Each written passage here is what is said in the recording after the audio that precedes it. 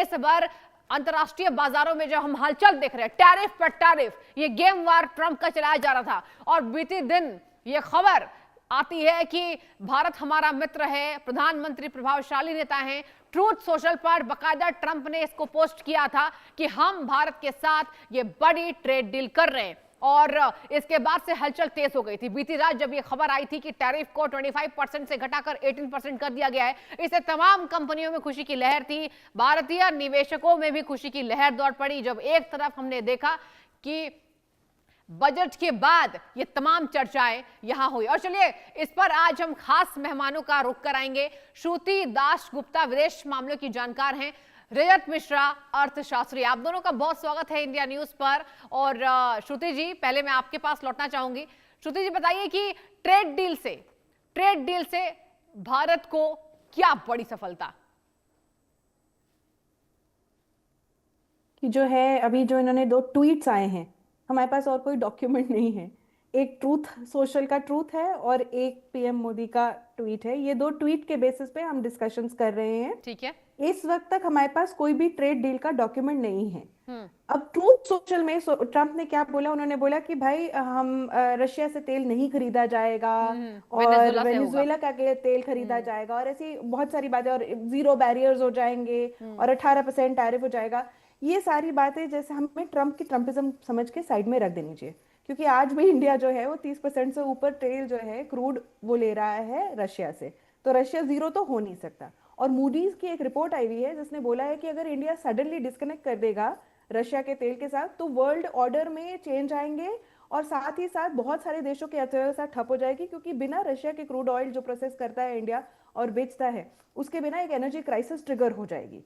तो ये एक बहुत जरूरी एस्पेक्ट है जो हम सबको समझना चाहिए कि ट्रंप ने बस बोल दिया, इसका मतलब ये नहीं वो हो गया। वो कई महीनों से बोल रहे हैं कि इंडिया नहीं ले रहा, इंडिया नहीं ले रहा। आज भी 30% से ऊपर है। क्या हम रशिया तेल से डिस्कनेक्ट करने वाले थे? हाँ, हम रशिया तेल से डिस्कनेक्ट करने वाले थे। क्यों? क्योंकि वो हमें $10 पर बैरल का डिस्काउंट दे रहा था। पर ये कब तक होता? ये तभी तक होता है जब तक युद्ध चल रहा है। जब युद्ध खत्म हो जाएगा तब वो अपने तेल के प्राइसेस वापस बढ़ाएगा, क्योंकि उसको भी अपनी अर्थव्यवस्था वापस खड़ी करनी होगी। तो ये हमारे लिए परमानेंट सोल्यूशन टू हमारे एनर्जी क्राइसिस नहीं था, कभी भी डिस्कनेक्ट करना ही था। वेनेजुएला का क्वेश्चन आता है। वेनेजुएला का क्वेश्चन बहुत सिंपल सा है। वेनेजुएला हम 2019 से पहले भी उनसे ले रहे थे। 10% तेल हमारा वेनेजुएला से आता था। $1 बिलियन से ज्यादा ओएनजीसी विदेश जैसी कंपनियों के वहां अटके हुए हैं डिविडेंड्स और एसेट्स के तौर पे। जब वहां पे सैंक्शंस लगे और टेक ओवर हुआ तो हमारा भी नुकसान हुआ है। अब अगर इंडिया वापस जाके खरीद रहा है, तो पहले भी हम कर रहे थे यूएस सैंक्शंस लगने से पहले, अब सैंक्शंस हट रहे हैं, हम फिर दोबारा जा रहे हैं। हमारे पास उस तेल को दुनिया में बेचने की ताकत है, हमारे पास वो रिफाइनरीज हैं, वो तार की तरह मोटा तेल है, उसको हम प्रोसेस कर सकते हैं और हम करेंगे अपने लिए भी और दूसरों के लिए भी। तो ये 2 चीजें जो है इनको हम साइड में हटाए थे। ठीक है। अब हम इसके आगे बात करते हैं टैरिफ्स के अंदर। क्या बोल रहे हैं कि वो 18% टैरिफ है। ये बिल्कुल अच्छा बात है, ये बहुत अच्छा बात है। लेकिन ये है कि ट्रंप की बातें जो है ना वो सिर्फ ट्रंप तक ही लिमिटेड होती है। आज उसका मूड है तो 18%, पहले जब शुरुआत हुई थी तब 16% पे हुई थी। ठीक है। और जब बीच में मूड बिगड़ गया तो 25% पे चली गई।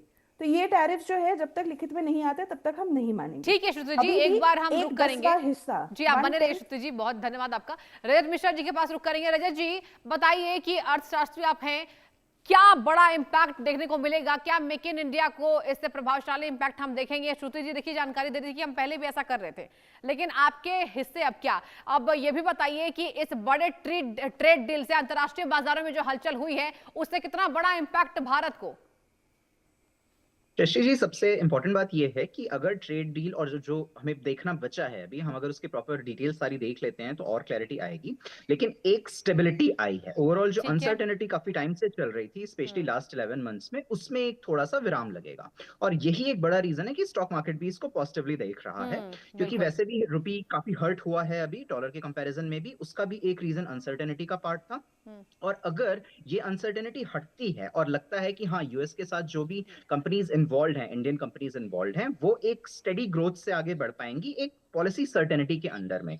तो उस स्थिति में जो एफपीआईज हैं, जो हाँ, पिछले 6 महीने में $12 बिलियन निगेटिव गया है, वो वापस आएंगे, मतलब ठीक वो है। वापस इनमें इन्वेस्ट करेंगे। एक ये पॉजिटिव इंपैक्ट नजर आता है। दूसरा ये है कि जिन जिन इनको हम अब सेक्टर के हिसाब से देखना पड़ेगा, जो जो ऐसे सेक्टर्स हैं जो डायरेक्टली इससे इंपैक्ट होंगे, जिसमें आपका जेम्स एंड ज्वेलरी आता है, टेक्सटाइल है, लेट्स से गारमेंट वगैरह की इंडस्ट्रीज होती हैं, कुछ और जी, पोर्शंस होंगे जो जिसमें केमिकल वगैरह आएगा। ये सेक्टर्स ऐसे हैं जो डेफिनेटली बेटर करेंगे। और इसमें हुआ ये था, पिछले कुछ 10-11 महीनों में बहुत सी कंपनीज ने अपना शॉर्ट किया था, मतलब चीजें कम की थी, उन्होंने अपनी फैक्ट्रीज क्लोज की थी, वो फैक्ट्रीज में प्रोडक्शन वापस स्टार्ट होगा। तो जो डाउन साइड आया था यहाँ पे, वहां वापस एम्प्लॉयमेंट जनरेट होगा और लोगों के पास वापस से एक परचेजिंग पावर आएगी, यानी कि लोगों के पास पैसा आएगा जिसका वापस हम इस्तेमाल कर सकते हैं अपनी इकोनॉमी के सेंस में। तो ओवरऑल जब इंडिया के सेंस में हम बात करेंगे, जो एक थोड़ा सा डावाडोल की स्थिति आ रही थी, वो काफी बेहतर होगी, हम ये उम्मीद कर सकते हैं। लेकिन हाँ, ये इंपॉर्टेंट है कि अभी हमें हर एक सेक्टर में कहाँ कहाँ क्या क्या चीज हुई है, रजत उन जी डील्स को बिल्कुल ठीक कह देखना। रहे हैं आप, बने रहिए कि डमाडोल जो स्थिति थी उसमें थोड़ा सुधार देखने को जरूर मिल सकता है। एक बार हम रुक करेंगे, हमारे संवाददाता शिखा सलारिया भी जुड़ चुके हैं। शिखा, आपके पास क्या खबर, टैरिफ डील के बाद कैसी प्रतिक्रिया सामने आ रही है, क्या जानकारी? जी बिल्कुल, देखिए सूत्रों के हवाले से पता चला है कि जिस तरीके से ये टैरिफ बिल्कुल कम किए गए हैं, 50% से एकदम घटा दिए गए हैं, कहीं ना कहीं बैक चैनल जो टॉक्स चल रही हाँ। थी भारत और अमेरिका के बीच में, उनको बड़ा श्रेय जाता है। और सबसे ज्यादा श्रेय जाता है सर्जियो गौर की मौजूदगी का भी, क्योंकि जब से वो भारत में आए, उनके आने के बाद एक थॉ देखने को मिला भारत और अमेरिका के रिश्तों में, जिसका मतलब है कि दोनों देशों के बीच में जो कई तरीके से विरोधाभास चल रहे थे टैरिफ को लेकर के, उन पर सर्जियो गौर ने काम करने का प्रयास किया। अगर हम बात करें चीफ इकोनॉमिक एडवाइजर नागेश्वरन साहब की, उन्होंने कहा है कि इससे जो अगस्त 2025 में 12 मिलियन जो एफडीआईज थे जो पुल आउट कर लिए गए थे भारतीय मार्केट से, अब उनका भी रुख दोबारा भारत की तरफ होने वाला है और कहीं ना कहीं फॉरेन इन्वेस्टमेंट दोबारा से भारत में आने का पूरी संभावना जताई है उनके द्वारा भी। तो कहीं ना कहीं भारत के लिए एक बड़ी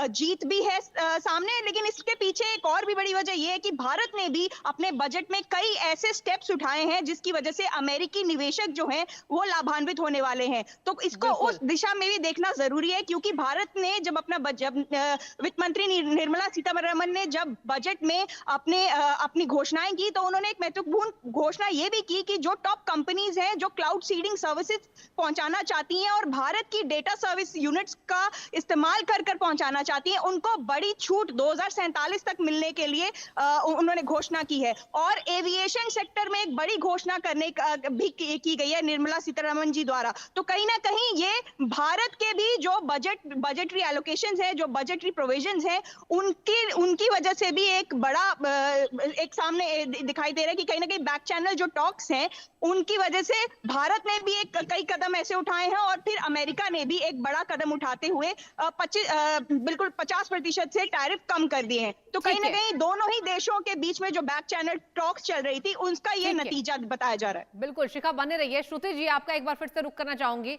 श्रुति जी, देखिए आपने बताया कि कहीं ना कहीं पहले भी हमने देखा कि तेल को लेकर के हमारी जो डील थी वो वेनेजुएला से थी, लेकिन आपसे मैं ये भी जानना चाहूंगी कि तमाम निवेशकों के बीच में ये भी प्रतिक्रिया सामने आ रही कि इस ग्रेट डील से कहीं ना कहीं जो अभी हमने देखा ये समझौता बड़े स्तर पर हुआ है, एक तरफ टैरिफ की मार, लेकिन ट्रंप झुकते जरूर नजर आए। इस पर आपकी क्या प्रतिक्रिया रहेगी, क्या जानकारी आप देना चाहेंगी?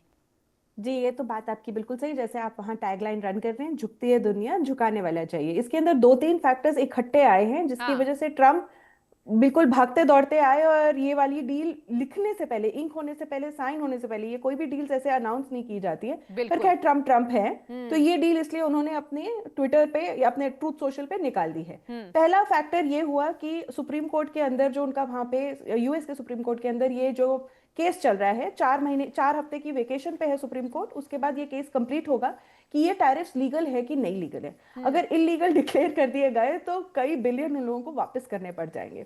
तो ये टैरिफ का गेम लंबा कभी था नहीं, और जिससे पहले लोगों के ऊपर से ये मतलब पर्दे हट जाए और वहां पे चीरफाड़ हो जाए ट्रम्प की, इससे होने से पहले उनको ये टैरिफ की गेम खत्म करने की तरफ जाना था। ये कभी भी लॉन्ग टर्म गेम नहीं था, हु ब्लिंक्स फर्स्ट वाला गेम था, कौन पहले दम तोड़ेगा इसका गेम था। और इसके अंदर इसलिए आंख में आग मिला के कौन पहले पलक झपकाएगा, इंडिया और यूएसए, ऐसे ही हम खड़े रहे थे। दूसरा जो फैक्टर आया जो इसी हफ्ते हुआ, जो हमारा ईयू की डील जो हुई, जो ईयू का एफटीए हुआ, उसके अंदर एक फोमो मोमेंट आ गया उनका कि भाई सबको मिल गया, चाहे ऑस्ट्रेलिया को मिल गया, नेदरलैंड्स को मिल गया, आपके यूके को डील हो गई, कनाडा के साथ डील हो गई, और पूरे के पूरे ईयू के साथ डील होगी, मिडिल ईस्ट के नेशंस के साथ हमारी अलग डील चल रही है। तो सिर्फ और सिर्फ यूएसए एक आइसोलेटेड आइलैंड जैसा बन गया था जिसके साथ इंडिया की सिर्फ डील नहीं हुई थी और टैरिफ भी चल रहे थे। इन टैरिफ के चलते इन्फ्लेशन भी हो रहा था। तो ये सब चलते हुए उनको एक खुद के इंटरनल फैक्टर्स के चलते उनको फोमो मोमेंट में आके ये करना ही था। ये हमने अपनी तरफ से दृढ़ता दिखाई, और आई होप जब डील साइन हो तो स्पष्टता से साइन हो, कोई एम्बिगुसी ना रहे, उसके अंदर कोई ऐसे लूप होल्स ना छोड़ दिए जाएं जहां पे हमें एक्सप्लॉइट किया जाए। जैसे सबसे पहले वो एग्रीकल्चर सेक्टर है जहां मुझे थोड़ा घबराहट लगती है जब वो आते हैं, डेयरी सेक्टर है, जब ये 2-3 सेक्टर्स हैं जिसके अंदर मुझे थोड़ा यूएस जब घुसता है तो मुझे थोड़ी घबराहट आती है, क्योंकि उनका जीएम मॉडिफाइड होता है, उसके अंदर उनके बाकी सारे प्रॉब्लम्स होते हैं। पर अगर आप रिस्पॉन्स देखेंगे मार्केट का तो उसके अंदर राइस फेडरेशन जो है वो बहुत खुश है, मरीन फेडरेशन जो है वो बहुत खुश है, क्योंकि ये सेक्टर्स जो है आपके दूसरे जो विशेषज्ञ थे वो भी कह रहे थे कि इम्पैक्ट हुए थे।